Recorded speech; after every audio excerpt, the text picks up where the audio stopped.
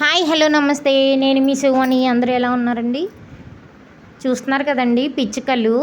ఇప్పుడు మనం చెప్పుకోవడానికి పిచ్చుకలు అనేవి ఉన్నాయి. కనీసం ఇంకొన్ని రోజులైతే అవి కనిపిస్తాయో లేదో కూడా తెలియదు. ఇప్పటికే చాలా పల్లెటూరులో కూడా అవి కనుమరుగైపోయినాయి అనమాట.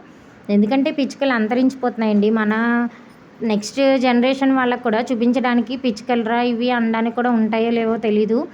ఎందుకంటే మెయిన్గా వాటికి ఆహారం అనేది దొరకట్లేదండి. అలాగే ఉండడానికి పక్షులు గూళ్ళు కట్టుకుంటాయి కదండి. దేని మీద కట్టుకుంటాయి? చెట్లు. ఆ చెట్లేమో మనం నరికేస్తున్నాం ఎక్కడికక్కడ. చెట్లు నరికేయడం వల్ల మా పక్షులు కానీ అవన్నీ ఎక్కడ ఉంటాయండి. అలాగే మెయిన్ రీజన్ వచ్చి పిచ్చుకలకి సెల్ ఫోన్ టవర్స్ అండి. ఎక్కడ పడితే అక్కడ కట్టేస్తున్నాం. వాటి రేడియేషన్స్ వల్ల పిచ్చుకలు చాలా దెబ్బతింటున్నాయండి. చాలా వాళ్ళ జాతి అనేది అంతరించిపోయిందనమాట. ఈ ఉన్న కొన్ని వాటినన్నా కాపాడుకుందాం. దీనికోసం మనం ఈ రోజు నుంచి కొన్ని గింజల్ని ఒక గిన్నెలో పెట్టి వేయడం, అలాగే ఒక గిన్నెతో నీళ్లు పెడితే పక్షులు వచ్చి ఎండాకాలం తాగుతాయి కదండి. ఇవన్నీ కాదు, ఏదన్నా నచ్చితే లైక్ చేయండి, సబ్స్క్రైబ్ చేసుకోండి.